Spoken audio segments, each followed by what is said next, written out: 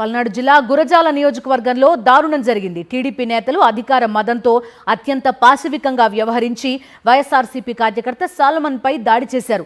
పచ్చమూకల దాడిలో తీవ్రంగా గాయపడిన సాల్మన్ చికిత్స పొందుతూ గురువారం కన్నుమూశాడు. కూటమి ప్రభుత్వ రెడ్ బుక్ విధానాలను మరోసారి వైఎస్ఆర్సీపీ నేతలు నిలదీశారు. పిన్నెల్లి గ్రామానికి చెందిన సాల్మన్ మొదటి నుంచి వైఎస్ఆర్సీపీలో క్రియాశీలకంగా ఉంటున్నాడు. అది భరించలేని స్థానిక టీడీపీ నేతలు సమయం కోసం ఎదురు చూస్తూ వచ్చారు. కూటమి ప్రభుత్వం అధికారంలోకి రాగానే ఊరు వదిలి వెళ్లిపోవాలని సాల్మన్ కు తెలుగుదేశం నాయకులు హెచ్చరికలు జారీ చేశారు. దీంతో ప్రాణ భయంతో కుటుంబంతో సహా బ్రాహ్మణపల్లికి మకాం మార్చాడు. అయితే వైఎస్ఆర్సీపీ నేతలు ధైర్యం చెబుతూ ఉండటంతో 2 నెలల కిందట సాల్మన్ కుటుంబం తిరిగి పిన్నెల్లికి వచ్చే ప్రయత్నం చేసింది. ఈ క్రమంలో కొందరు స్థానికుల సాయంతో టీడీపీ నేతలు వాళ్లను అడ్డుకున్నారు. పంచాయతీ తర్వాత చివరకు సాల్మన్ మినహా కుటుంబ సభ్యులను మాత్రమే ఊర్లో ఉండేందుకు అనుమతినిచ్చారు. అయితే సాల్మన్ భార్య ఈ మధ్య అస్వస్థతకు గురైంది. దీంతో ఈ నెల 10వ తేదీన పిన్నెల్లి వెళ్లి ఆమెను చూడటానికి సాల్మన్ ప్రయత్నించాడు. రావద్దన్నా ఎందుకు వచ్చావు అంటూ టీడీపీ గూండాలు ఆయన్ని చితకబాదారు. తీవ్ర గాయాలు కావడంతో కుటుంబ సభ్యులు గుంటూరు ప్రభుత్వాసుపత్రికి తరలించారు. చికిత్స పొందుతున్న టైంలోనే కోమాలోకి వెళ్లిన సాల్మన్ చివరికి 4 రోజుల తరువాత గురువారం ఉదయం కన్ను మూశాడు. ఎందుకంటే ఈ ప్రభుత్వం వచ్చిన కానించి తరుగుతున్నారు. ఆడవాళ్ళని మగవాళ్ళని ఇళ్లలో ఉంచట్లేదు.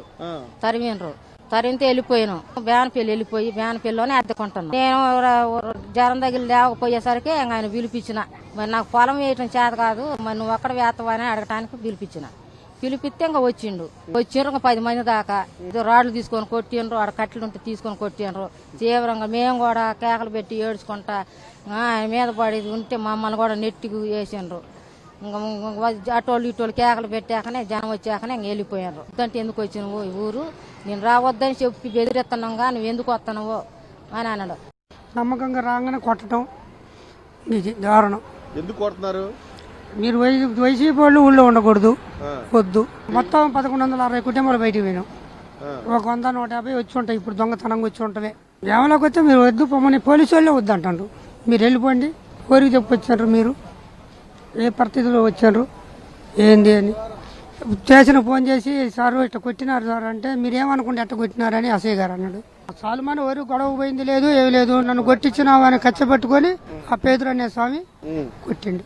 వచ్చిండు. తెల్లారుదాం లేచి ఏదైనా పలకరిస్తుంటే మాట్లాడుతుండు. కొట్టి రోడ్డు మేము పడేసిపోతే వేసుకొని వచ్చినా నేనే.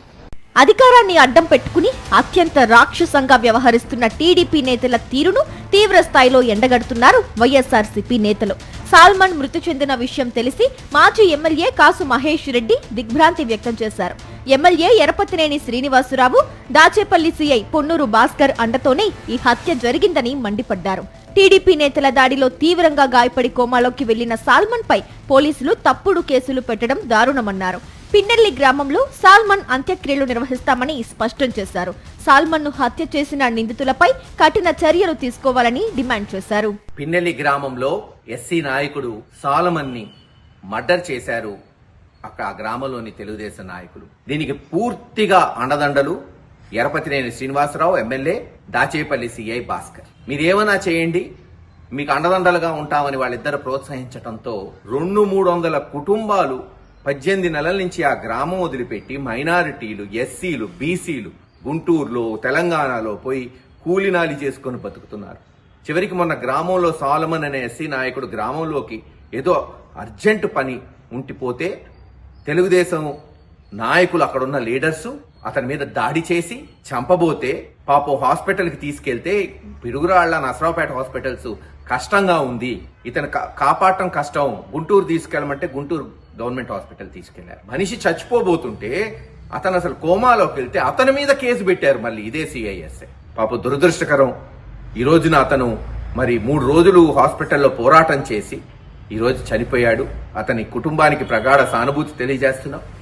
రేపు పిన్నెల్లిలో దహనం ఉంటుంది, తప్పకుండా నేను వెళ్తాను.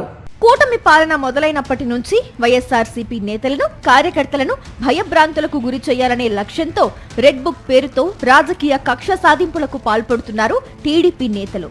మంత్రి లోకేష్ అండదండలతో రాష్ట్ర వ్యాప్తంగా దాడులు, ధ్వంసాలు అడ్డు అదుపు లేకుండా కొనసాగుతున్నాయి. ఈ క్రమంలో ప్రజా వ్యతిరేక రెడ్ బుక్ విధానాల రాక్షస ప్రభుత్వంపై ప్రజా క్షేత్రంలో పోరాటం చేస్తామని, బాధితులకు న్యాయం జరిగేలా చూస్తామని వైఎస్ఆర్సీపీ నేతలు స్పష్టం చేస్తున్నారు.